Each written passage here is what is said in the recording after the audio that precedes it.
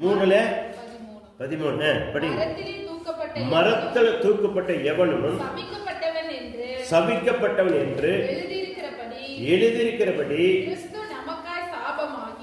கிறிஸ்து நம்மளுக்காக சாபமாகி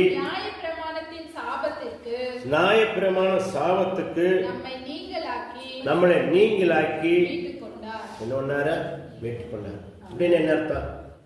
உங்களுடைய ஆசீர்வாதத்தை என்ன செஞ்சிருக்காருன்னா ஆண்டவர் அதை மீட்டுக் கொண்டது என்னவோ அதை செஞ்சு மீட்டிருக்கிறார் இல்லையா? என்ன செஞ்சு மீட்டாரு? அவருடைய சாபம், உங்களுடைய சாபங்களை பாவங்களை எல்லாம் பண்ணிட்டாரு. ஆண்டவருடைய சிலுவையிலே அடித்து நொறுக்கி உங்களுக்குள்ள ஆசீர்வாதத்தை என்ன பண்ணிட்டாரு? தேவன் மீட்டு வச்சிருக்காரு. அப்ப மீட்டு வச்சிருக்கிறத நீங்க உங்களுக்கு என்ன, யாரோ ஒருத்தர் சொல்றான்னு சொல்லி என்ன செய்யக்கூடாது? இப்படி எல்லாம் சொன்னாங்க, அப்படி சொன்னாங்க, எங்களுக்கு பிரச்சனை இருக்குது, இதனால சாபத்தினால சாபம் என்னைக்கு உங்களுக்கு ஒரு 2 காரியத்தை